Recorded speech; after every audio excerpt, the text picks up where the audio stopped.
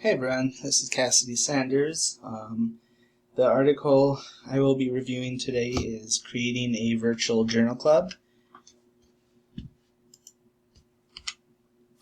So this was from the Journal of Graduate Medical Education from 2015. I thought this would be a very timely article given the state of our country and everything really being virtual. I'm sure a lot of us have had to adapt to virtual meetings.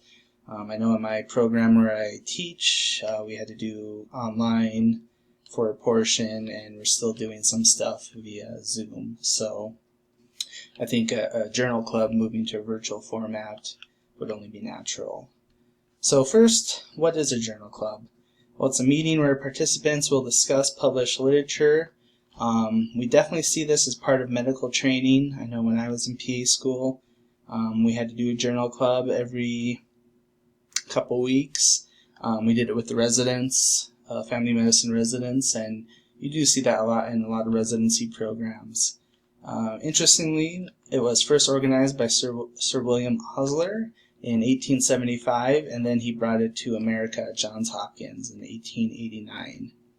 So some benefits is it can help develop a community of practice. So as participants share a common passion for medicine, a really important feature of a journal club. It aids in the medical education of students, residents, fellows, and practitioners. So it can be another way to stay up to date on current literature. Helps with analysis of medical articles. So it's important for providers to be able to critically appraise an article, and I think especially in the education portion, a journal club is really beneficial for medical students, PA students, so they can really appraise an article and make sure that they know what they're reading and can understand it. And then it improves networking and peer-to-peer relationships. So you're going to meet more people and hopefully build some bonds with them. Challenges, so scheduling, participants and facilitators, medical education and medical practice is a very time-heavy activity, and making a schedule that will work in everybody's schedule is pretty hard to do. And then also for facilitators, so practicing clinicians, can be harder to do. Recruiting content experts, especially in areas where maybe smaller populations don't have as big of a medical facility or don't have that academic medical programs to rely on.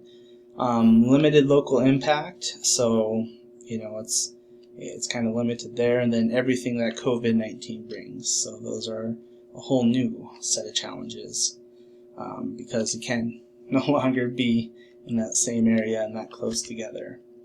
So solution, well, we'll create a virtual journal club.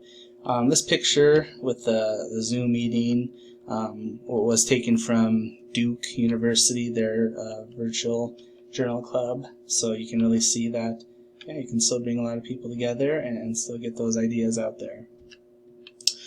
So the way this article looked at a virtual journal club, I think, from 2015 to now, I think it can probably be implemented a little bit differently. This was really focusing more maybe on the blog, something like that. But they want you to be familiar with the technology. I think nowadays Google Hangouts, Zooms, Teams, things like that are going to be the main source of blog, less likely. Getting that social media out there, so then you can recruit people to the journal club and make sure they know when it's going to be, and then having a core team that can run the journal club. So their plan was to do a preparation phase where you're composing the question discussions, the promotion, so leading up to the launch, you're promoting it on social media. The launch, you're publishing it on a blog, and then allowing 14 days for discussion. You have the live stream discussion midway through the virtual club, and then the curated dissemination.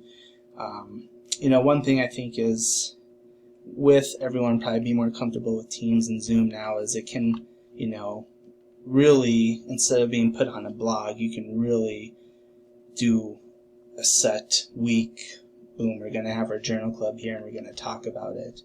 Long term, keeping track of statistics, so how many subscribers, what kind of social media footprint is it having, keeping your previous recorded meetings on YouTube or similar service, so maybe they can serve as an educational video for your program, and then analyzing the data and coming up with strategies to make improvements.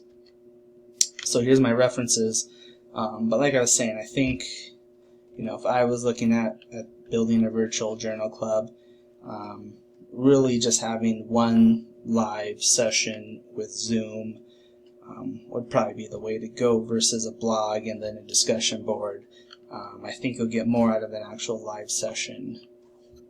Thank you and have a good week.